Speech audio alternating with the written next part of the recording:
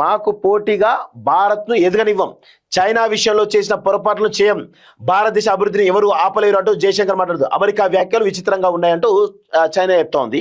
So చూడండి ఒకసారి, మాకు పోటీగా భారత్ను ఎదగనివ్వమని చెప్తా ఉంటే మరి మోడీ మౌనం దేనికి సంకేతం?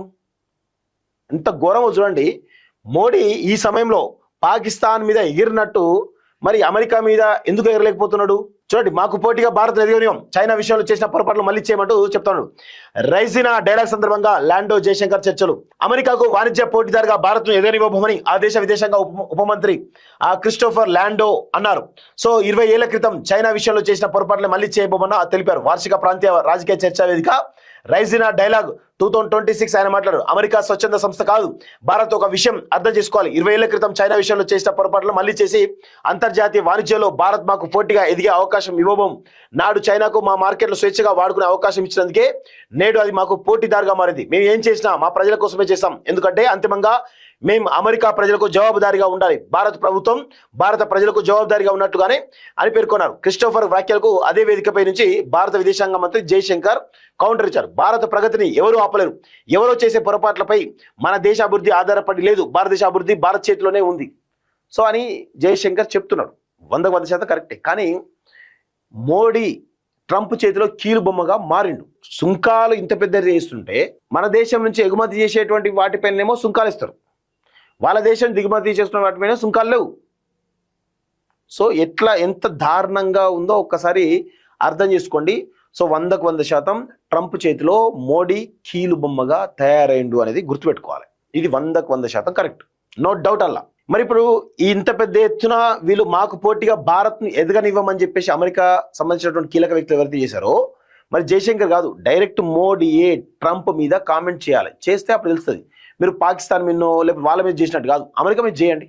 చేస్తే అసలు మీ యొక్క క్రెడిబిలిటీ ఏందో తెలిసిపోతుంది, మీ యొక్క నిబద్ధత ఏందో తెలుస్తుంది, దేశం మీద మీ యొక్క నిబద్ధత ఏందో తెలిసిపోయే అవకాశం ఉంటుంది. సో భారత్ను అమెరికా బలహీనపరిచేటువంటి ప్రమాదం, అభివృద్ధి విషయంలో అమెరికాతో భారత్ జాగ్రత్తగా వ్యవహరించాలని ఆ దేశ ఆర్థికవేత్త జెఫ్రీ షాక్ సూచించారు. అమెరికాకు భారత్ నిజంగానే వాణిజ్య పోటీదారుగా ఎదిగి శక్తివంతమైనటువంటి ఆర్థిక వ్యవస్థగా అభివృద్ధి చెందితే ఖచ్చితంగా ఆ దేశాన్ని బలహీనపరిచేందుకు అమెరికా ప్రయత్నిస్తుందన్నారు. అమెరికా కామెంటర్ కాల్సర్ కు ఇచ్చినటువంటి ఇంటర్వ్యూలో షాక్స్ ఈ వ్యాఖ్యలు చేశారు. భారత్ ఏదో ఒక రోజు విజయవంతమైతే అప్పుడు దాన్ని బలహీనపరిచేందుకు అమెరికా ప్రయత్నిస్తుంది. రష్యా, చైనాలో శక్తివంతమైన దేశాలుగా ఎదిగినందువల్లే ఆ దేశాలను అమెరికా వ్యతిరేకిస్తోంది. భారత్ విషయంలో కూడా అదే జరుగుతోంది అని అన్నారు. అది త్వరలోనే జరిగేటువంటి అవకాశం ఉందని బదులిచ్చారు. చైనాను నిర్వహించేందుకు భారత్ను అమెరికా వాడుకుంటుందని ఈ విషయంలో భారత్ అప్రమత్తంగా ఉండాలని సూచించారు. 100% కరెక్ట్. వాస్తవంగా భారతదేశం, చైనా రెండు దేశాలు కూడా ఈక్వల్గా డెవలప్ కావాలి. కానీ చైనానేమో ఏ విధంగా అనూహ్యంగా దాదాపు గత 40-50 ఏళ్ల కాలంలో ప్రపంచంలోనే ఒక శక్తివంతమైనటువంటి దేశంగా ఎదిగింది. సో ఇప్పుడు అమెరికా కూడా టచ్ చేసేటువంటి పరిస్థితి లేదు చైనా. కానీ మన దేశంలో ఉన్నటువంటి కులాలు, మతాలు చేయబట్టి మన దేశం వెనుకబడ్డది. సో మన దేశం ఇప్పుడు ఇతర దేశాల మీద ఆధారపడడం వేరే కనబడతలేదు. సో చూడండి, ఒకసారి గమనించండి ఎంత దారుణంగా మన భారతదేశాన్ని మన నాయకులు, గత ప్రభుత్వాలు, ప్రస్తుత ప్రభుత్వాలు ఏ విధంగా చూస్తా ఉన్నాం. సో ఇప్పుడు అమెరికా ఇంత పెద్ద ఎత్తున స్టేట్మెంట్ ఇస్తే మరి మోడీ కూడా మాట్లాడాలి కదా. మాట్లాడతాడా? మాట్లాడాడు కాక మాట్లాడు. ఎందుకంటే ట్రంప్ మీద ఈగ కూడా వాళ్ళనియాడు.